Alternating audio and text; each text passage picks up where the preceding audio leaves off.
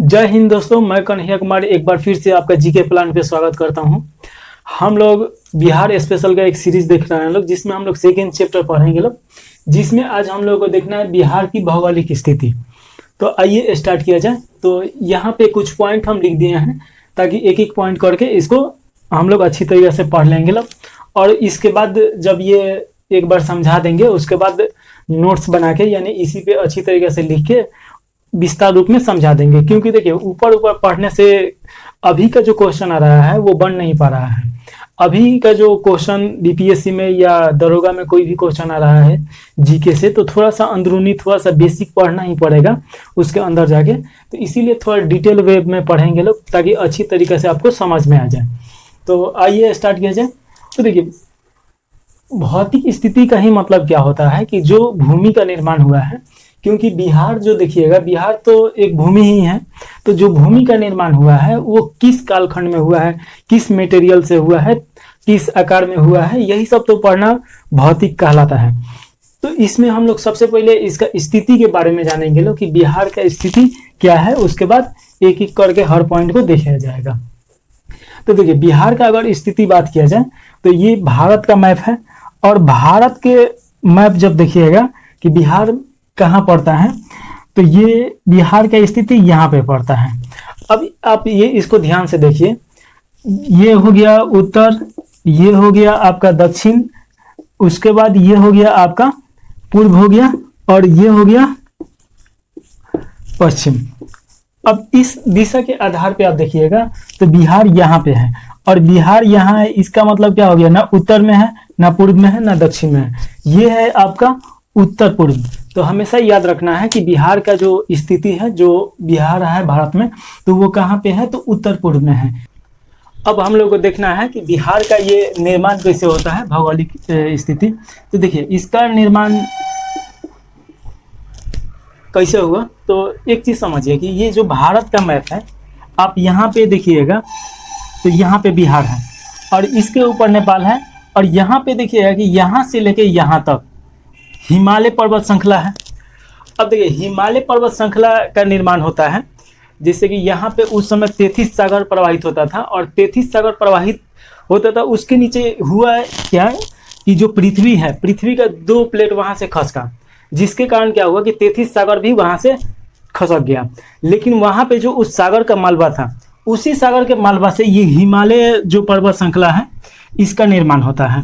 और हिमालय पर्वत श्रृंखला जब आप देखिएगा, इसके पहले जो पढ़ाए हैं तो उसमें जाके एक बार देख लीजिएगा तो अच्छी तरीके से समझ में आ जाएगा। इसको 4 खंडों में बांट दिया गया है। जो सबसे उत्तरी भाग है हिमालय के, उसे बोला जाता है पार हिमालय, यानी कि उसके बाद का हिमालय, उसके बाद महान हिमालय आता है, फिर देखिएगा महाभारत श्रेणी आता है, उसके बाद शिवालिक आता है। तो ये जो शिवालिक का जो थोड़ा सा भाग इसमें आपको देखने को मिलेगा, ये जो सोमेश्वर पहाड़ी है और यहाँ पे जो पर्वत श्रृंखला का रेंज मिलता है, तो वो शिवालिक का हिस्सा है। तो इसका निर्माण, इस भाग का निर्माण ऐसे हो जाता है, जो हिमालय निर्माण होता है उसी के गाद से। उसके बाद क्या होता है कि आप देखिएगा कि हिमालय से बहुत सारा नदी प्रवाहित होता है, और वो सभी उत्तर दिशा से होते हुए दक्षिण के दिशा में आता है।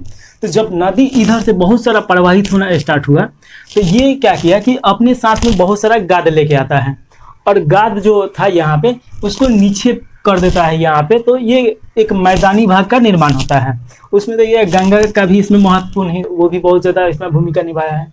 तो ये इस प्रकार इसका मैदानी भाग निर्माण हुआ। मैदानी भाग कब निर्माण हुआ, तो याद रखना है प्लेटो एशियन काल में निर्माण हुआ। तो ये आपको जरूर याद रखना है, प्लेटोसीन काल। तो ये आपसे क्वेश्चन पूछ सकता है कि मैदानी भाग इसका कब निर्माण हुआ, और बिहार का निर्माण स्टार्टिंग कब होता है, तो आप वहां पे बता दीजिएगा।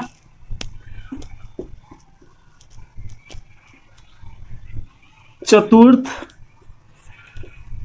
कल्प से लेके कैम्बियन कल्प, तो चतुर्थ कल्प से लेके कैम्बियन कल्प तक ये पूरा जो भौगोलिक स्थिति है इसका, ये इसका निर्माण होता है।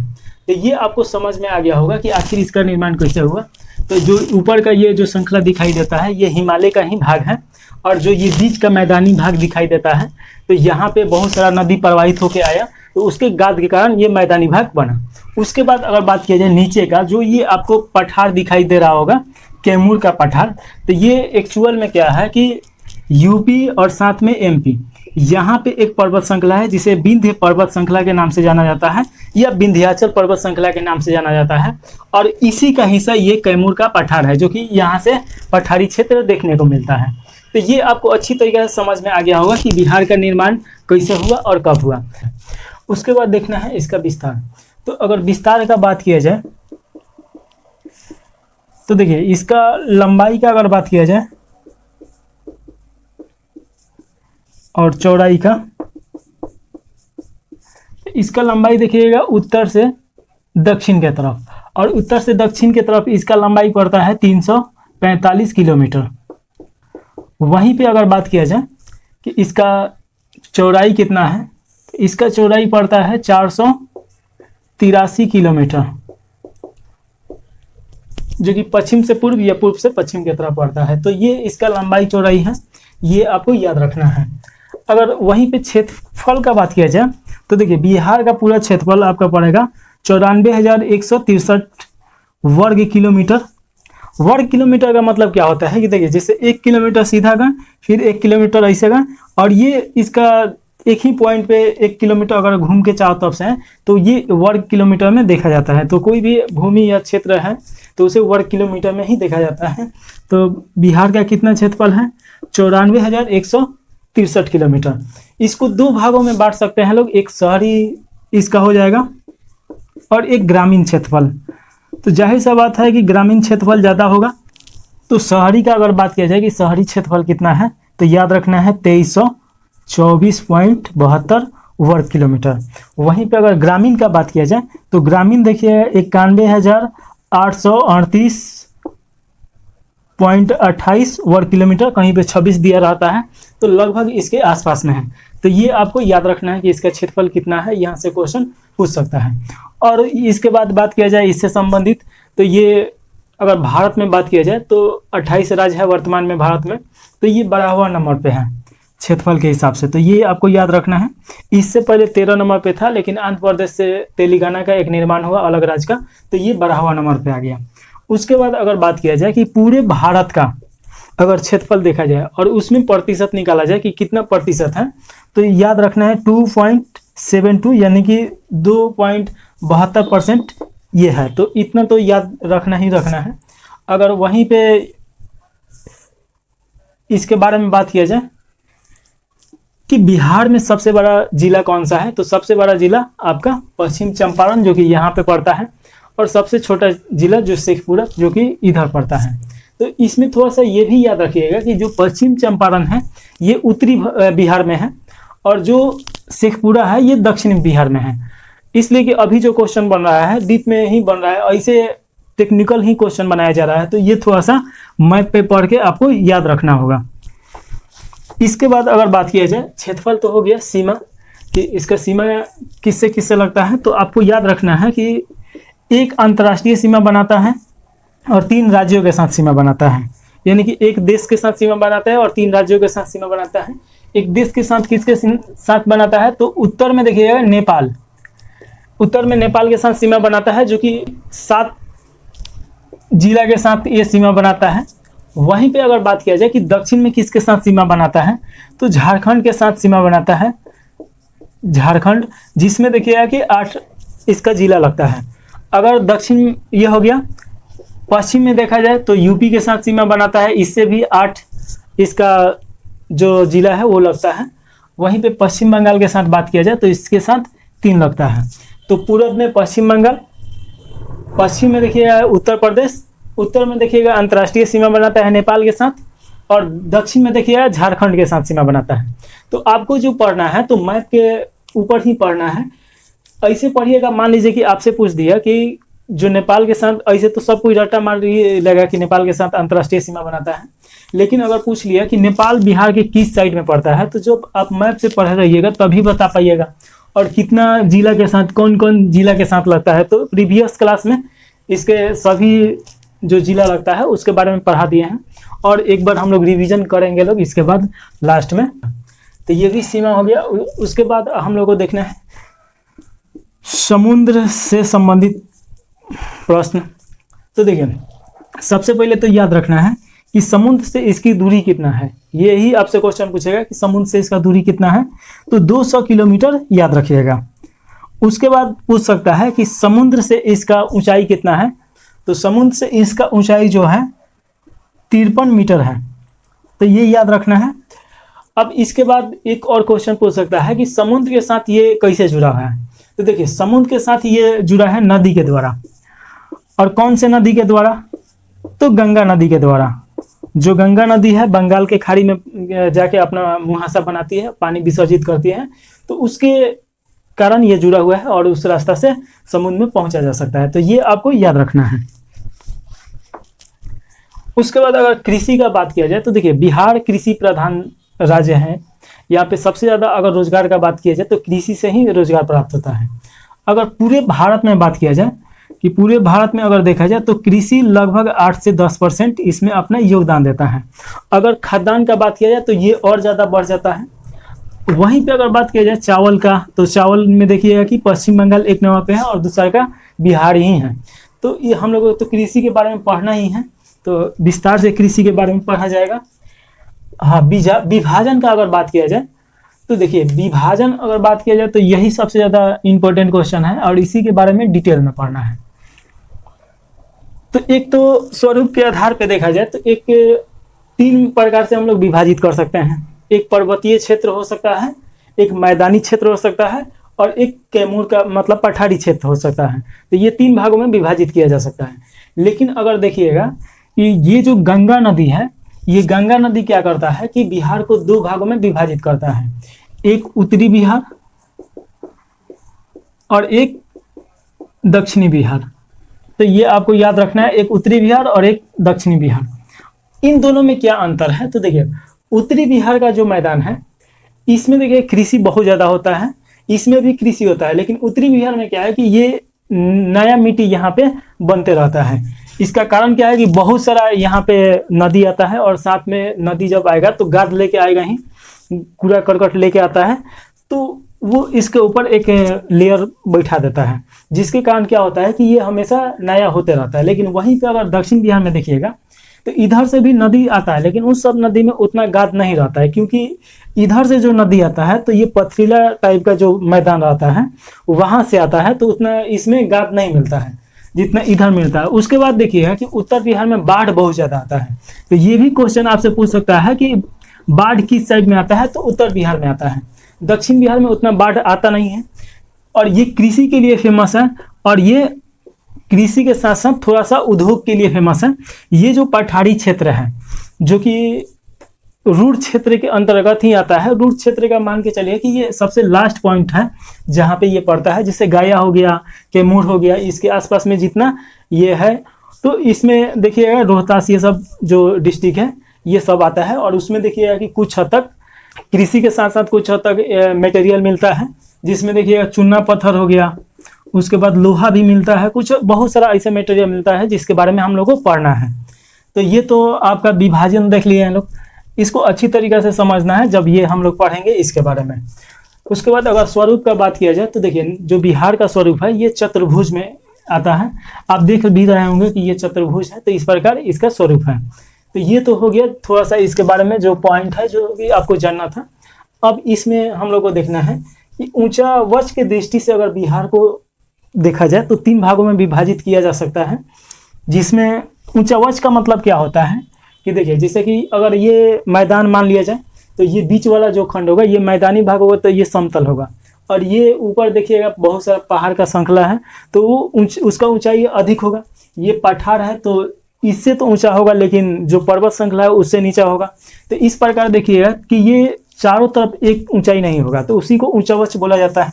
इसमें 3 भागों में बांटा गया है, जिसमें देखिए हिमालय की पर्वतीय पादीय क्षेत्र, यानी कि हिमालय का जो ये क्षेत्र है जो शिवालिक में आता है, तो वो अगर देखा जाए कि कितना % है या कितना है, तो देखिए 586 किलोमीटर स्क्वायर ये भूमि उसका पड़ता है। साथ में अगर देखा जाए गंगा का मैदान तो ये लगभग 90,650 वर्ग किलोमीटर पड़ता है, सबसे ज़्यादा गंगा का मैदान ही है। वहीं पे बात किया जाए दक्षिण का पठार तो यहाँ पे देखिए 2927 किलोमीटर। तो अगर ये सजाने के लिए दे देगा तो सबसे पहले सबसे ज़्यादा आएगा गंगा का मैदान, उसके बाद आएगा दक्षिण का पठार, उसके बाद हिमालय के जो पर्वत पादीय क्षेत्र है वो आएगा। तो ये आपको थोड़ा सा याद रखना है। इसके बाद हम लोग को जो पढ़ना है, भौतिक बनावट और संरचना के दृष्टि से बिहार को भी 3 भागों में बांटा जा सकता है। तो कौन कौन भाग में बांटा गया है? तो उत्तर का शिवालिक पर्वत एवं तराई क्षेत्र, इसको भी 3 भाग में बांटा गया है। रामनगर का दून घाटी, तो उसके बारे में विस्तार से पढ़ना है। उसके बाद बिहार का विशाल मैदान, इसके बारे में भी विस्तार से पढ़ना है और अभी ही पढ़ना है। दक्षिण का सीमांत पठारी क्षेत्र, इसके बारे में भी थोड़ा बहुत पढ़ा जाएगा। तो चलिए इसे पढ़ लिया जाए। तो देखिए, उत्तर का शिवालिक पर्वत एवं तराई क्षेत्र, इसके बारे में थोड़ा सा जानकारी ले लिया जाए। तो ये जो आपको दिखाई दे रहा है उत्तर भारत का शिवालिक पर्वत और तराई क्षेत्र, तो ये सोमेश्वर की पहाड़ी और साथ में ये संकीर्ण एक पर्वत श्रृंखला देखने को मिलता है, उसी के बारे में देखना है। तो देखिए, बिहार के उत्तर पश्चिम स्थल का 932 किलोमीटर एक छोटा सा क्षेत्र है, जो कि आपको पश्चिम से पूर्व की तरफ दिखाई देगा, इधर से इधर के तरफ ये क्षेत्र दिखाई देता है, यही है। यह टर्शियल भू संचरण काल में बना था, यानी कि ये टर्शियल काल में भू संचरण के कारण, यानी कि यहाँ के भूमि हटने के कारण इसका निर्माण हुआ था, जो कि हिमालय पर्वत श्रृंखला का ही एक भाग है। इसे 3 भागों में बांटा जा सकता है, तो यही 3 भागों में बांट दिए हैं। तो देखिए इसमें कौन कौन बांटना है। तो देखिए, सबसे पहले रामनगर दून, सोमेश्वर पहाड़ी और दून घाटी, उसी को बोला जाता है हरा नदी की घाटी। तो रामनगर दून पहले पढ़ लिया जाए। यह छोटे छोटे पहाड़ियों का एक क्रमशः विस्तार है, जो कि 214 किलोमीटर विस्तारित है। यानी कि यहाँ से देखिएगा, तो यहाँ से लेके इधर 214 किलोमीटर का एक विस्तार देखने को मिलता है। इसकी अधिकतम ऊंचाई 240 मीटर मिलता है। तो इसका अगर देखिएगा, ये पहाड़ी जो श्रृंखला है छोटा छोटा, तो इसका अधिकतम ऊंचाई कितना, 240 मीटर। तो ये आपको याद रखना है, यहाँ से क्वेश्चन बार बार आता है। हरा नदी घाटी के ये दक्षिण में है, तो यानी कि ये इस साइड में होगा तब ये दक्षिण में है। तो हरा नदी घाटी इधर होगा और इसके ये दक्षिण में है। तो ये आपको 3-4 पॉइंट याद रखना है। उसके बाद देखिए, सोमेश्वर श्रेणी, इसका अगर विस्तार देखा जाए तो पश्चिम में त्रिवेणी नहर से भिखना ठोड़ी तक 75 किलोमीटर के एक लंबाई में विस्तृत है। तो यहाँ से आप देखिएगा त्रिवेणी नहर निकलता है, जो कि पश्चिम चंपारण से निकलते हुए और इसमें आके मिल जाता है। तो यहाँ से देखिएगा 75 किलोमीटर का एक विस्तार देखने को मिलता है, उसी का नाम दिया गया है सोमेश्वर श्रेणी। और यहाँ पे एक और चीज़ समझना है कि मान लीजिए कि देखिए, यहाँ तक आपका 214 किलोमीटर का रामनगर दून हो गया और यहाँ तक आप देखिएगा कि यहाँ से विस्तारित होता है। तो ये एक आपको मिलता है सोमेश्वर श्रेणी का पहाड़ी। तो ये लगभग 75 किलोमीटर है और उन दोनों को विभाजित करता है कौन, तो दून घाटी। तो ये आपसे क्वेश्चन पूछ सकता है कि रामनगर दून और सोमेश्वर की श्रेणी को विभाजित कौन करता है, तो दून घाटी या हरा नदी की घाटी। तो ये आपको याद रखना है मैप पे, ताकि यहाँ से क्वेश्चन कैसे भी बना के पूछ सकता है। उसके बाद देखिएगा कि सर्वोच्च चोटी का जो ऊंचाई है इसका तो 874 मीटर है, तो ये आपको याद रखना है। उसके बाद अगर दारा का बात किया जाए तो इसमें सोमेश्वर दारा, भिखना ठोड़ी दारा और मवाद दारा। तो मवाद से क्वेश्चन आ चुका है, इन दोनों से आएगा तो आसानी से बन जाएगा, ये मवाद वाला याद रखना है। उसके बाद देखिए तीसरा में दून घाटी, हरा नदी की घाटी बोला जाता है। दून घाटी कहिए या हरा नदी की घाटी, दोनों एक ही हैं। लगभग ये 24 किलोमीटर का विस्तार है, जो कि दोनों के बीच में पड़ता है और दोनों को ये क्या करता है, विभाजित करता है। तो इस प्रकार हम लोग उत्तर का शिवालिक पर्वत तराई का क्षेत्र देख लिए हैं लोग, जिसको 3 भागों में बांट के पढ़े हैं लोग। और इसके बारे में थोड़ा सा जान लिया जाए तो देखिए, तराई का क्षेत्र का मतलब क्या होता है, एक ऐसा भूमि जो कंक्रीट पत्थर से बना है, यानी छोटा छोटा कंकड़ से और बालू से बना हो। यहाँ पे क्या होता है कि ये जो तराई का क्षेत्र है कुछ ऐसा ही सा मिलता है कि जहाँ से नदी उसके नीचे से प्रवाहित होता है और उसके ऊपर देखिएगा छोटा छोटा कंकड़ टाइप का मिलेगा। और यहाँ पे देखिएगा कि पेड़ पौधा का घाना बहुत ज़्यादा होगा, क्योंकि नमी यहाँ पे हमेशा बना रहता है। तो नमी वाला भी ये क्षेत्र है। इस यहाँ से कैसे भी क्वेश्चन जोड़ के पूछ सकता है, आपको अच्छी तरीके से ध्यान देना है। ये हो गया। अब हम लोग को पढ़ना है बिहार का विशाल मैदान। तो बिहार का विशाल मैदान पढ़ाएंगे लोग। तो इसमें देखिए सबसे पहले मैदान का मतलब क्या हो गया कि ये जो क्षेत्र है पहाड़ी क्षेत्र, इसको बांट के, और ये जो कैमूर का पठार का जो पठारी क्षेत्र है इसको छोड़ के जितना भाग होगा सब मैदान का भाग है। और इसमें आप देखिएगा कि लगभग पूरे बिहार का जितना हिस्सा है उसमें देखिए इसका क्षेत्रफल देखिएगा तो 94,163 किलोमीटर है। और इसमें देखिएगा कि इसका जो विस्तार है विशाल मैदान का तो 90,650 वर्ग किलोमीटर। परसेंटेज में देखेंगे तो 96% है, यानी कि ये पहाड़ और पठार सिर्फ 4% पे ही विस्तारित है। तो ये आपको ध्यान देने वाला बात है। अब यहाँ से थोड़ा एक चीज़ और समझना है कि देखिए इधर से मान लीजिए इस सबको मिटा देते हैं, ये मान लीजिए कि इसके ऊपर हिमालय पर्वत श्रृंखला है और इसका ये लास्ट छोर है, तो ये इधर तो ऊंचाई ज़्यादा होगा और इधर से ढलान होगा। आप देखिएगा कि इधर से बहुत सारा नदी आके मिलता है, गंडक हो गया, बूढ़ी गंडक हो गया, उसके बाद और भी घाघरा वगैरह, ये सब बहुत सारा नदी है तो इधर से आके मिलता है। साथ में देखिएगा कि कोसी नदी भी यहाँ से आके मिलता है। तो ये ऊपर से आने का क्या मतलब है कि ऊपर ऊंचाई ज़्यादा हो जाता है और इधर से ये विस्तारित होता है तो इधर ये प्रवाहित होता है।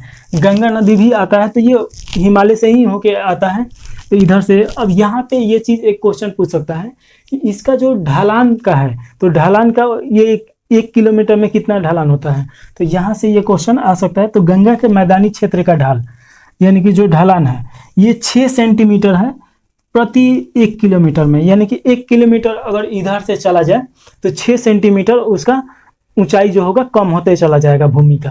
तो ये याद रखना है। उसके बाद अगर बात किया जाए बिहार का विशाल मैदान को, तो इसको 2 भागों में विभाजित किया जा सकता है। और 2 भागों में विभाजित कौन करता है, तो ये गंगा नदी करता है। देखिए गंगा नदी जब पश्चिम से पूर्व की तरफ प्रवाहित होता है तो बिहार को लगभग 2 बराबर भागों में बांटता है, जिसमें एक उत्तर का बिहार और एक दक्षिण का बिहार। तो 2 बराबर भागों में बांटा है, उत्तर का उत्तरी मैदान और गंगा की दक्षिणी मैदान। तो ये आपको याद रखना है, याद कर रखना है, इसको समझना है। तो देखिए गंगा के उत्तरी मैदान को भी 4 भागों में विभाजित किया गया है, जिसमें आप देखिएगा कि एक भाबर, तराई और उप तराई क्षेत्र।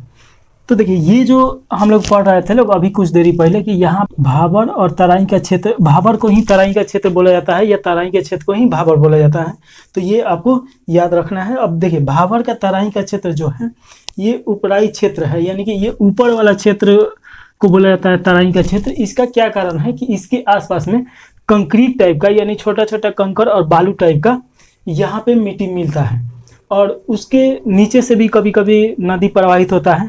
यहाँ पे उमस हमेशा बने रहता है, यहाँ पे हरियाली ज़्यादा मिलेगा, नमी ज़्यादा मिलेगा, ये इसके आसपास में कृषि भी बहुत अच्छा तरीका से हो पाता है।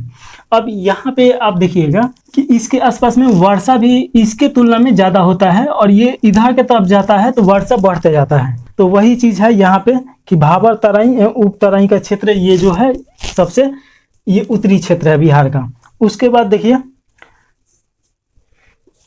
यह 10 से 12 किलोमीटर लंबा कंकीर बालू का निक्षेप है। तो वही चीज़ है जो हम समझाए हैं, जो नदी आता है तो वो निक्षेप जो लेके आता है कूड़ा करकट उसी को यहाँ पे निक्षेपित कर दिया है और ये लगभग 10 से 12 किलोमीटर का ये एक क्षेत्र पड़ता है। ये दलदली भूमि क्षेत्र है जिसमें सोमेश्वर का पहाड़ी का क्षेत्र भी आ जाता है। तो ये जो सोमेश्वर का पहाड़ी क्षेत्र है ये भी तराई क्षेत्र में ही आएगा। उसके बाद हम लोग देखेंगे बांगर या भागर भूमि या मिट्टी का है।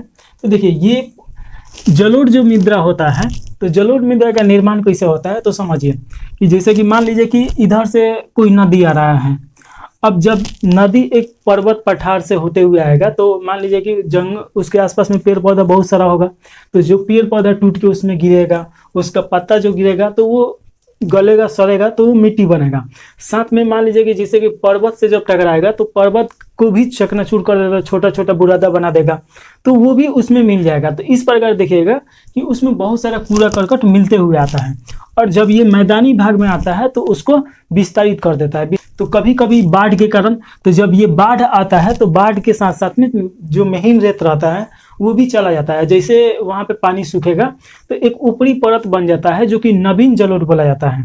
और मान लीजिए कि यहाँ पे नवीन जलोढ़ बना है जो एकदम नया है, लेकिन वर्षों तक वहाँ फिर बरसात नहीं हुआ, फिर से पानी नहीं पहुँच पाया, तो वो भूमि क्या हो जाएगा, पुराना हो जाएगा। तो वही पुराना भूमि को बोला जाता है भागर या बांगर।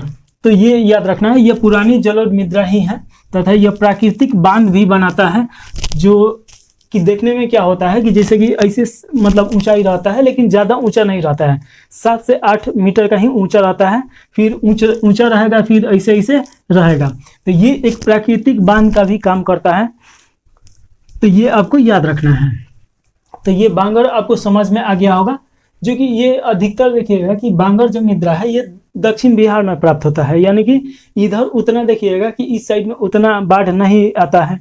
उसके बाद जो नदी है उस तरीका से उसमें पानी नहीं रहता है जिस तरीका से हिमालय नदी में पानी रहता है। तो ये भी आपको समझ में आ गया होगा। उसके बाद तीसरा का जो देखेंगे खादर भूमि, ये नवीन जलोढ़ मृदा है। तो ये आपको याद रखना है कि उत्तर भारत में देखिएगा कि हर साल बाढ़ आता ही आता है, उसमें बहुत सारा इसका कारण है, बहुत सारा, एक तो नदी भी इधर बहुत ज़्यादा है। उसके बाद कि इधर का जो नदी है बारहमासी नदी है, यानी कि 12 मास उसमें पानी रहता है।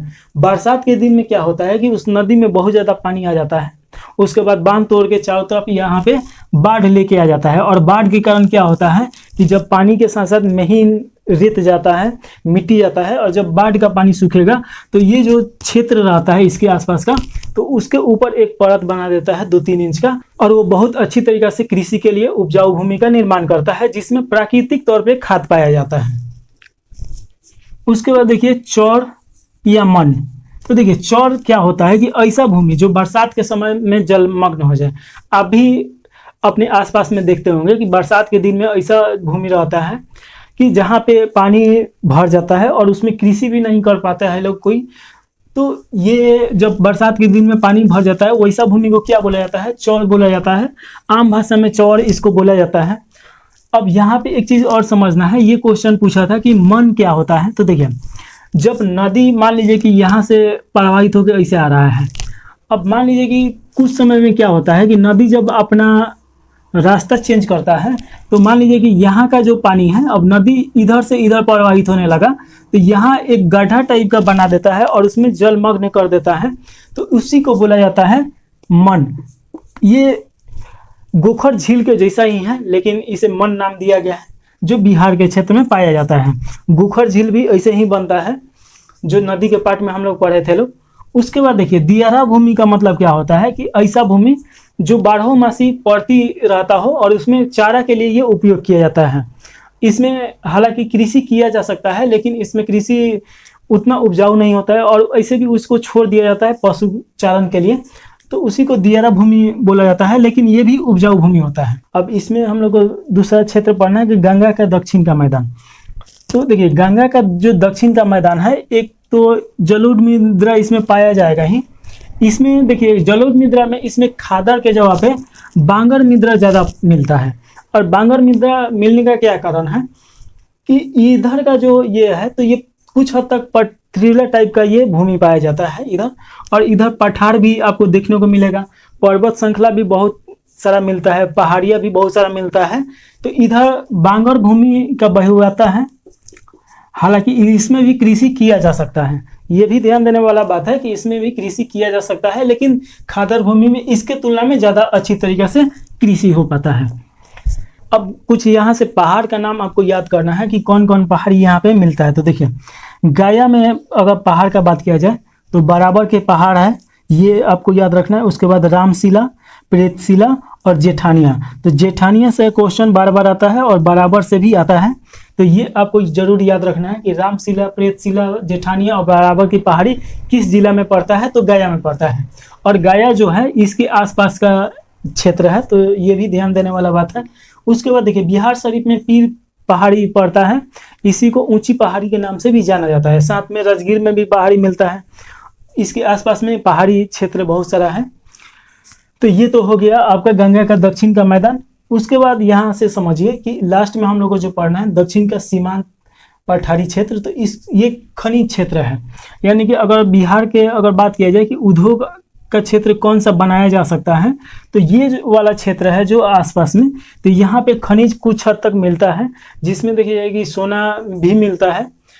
उसके बाद इसमें चूना पत्थर, नीस, ग्रेनाइट इसका बहुत ज़्यादा मिलता है। उसके बाद यहाँ पे देखिएगा कि एक सीमेंट फैक्ट्री भी है, तो इधर थोड़ा सा आपको देखने को मिलेगा। क्योंकि देखिए यहाँ पे ऐसा खनिज क्षेत्र क्यों है कि रूर क्षेत्र का ही ये भाग है, यानी कि जो झारखंड में मिलता है रूर क्षेत्र, उसी का ये थोड़ा सा भाग है।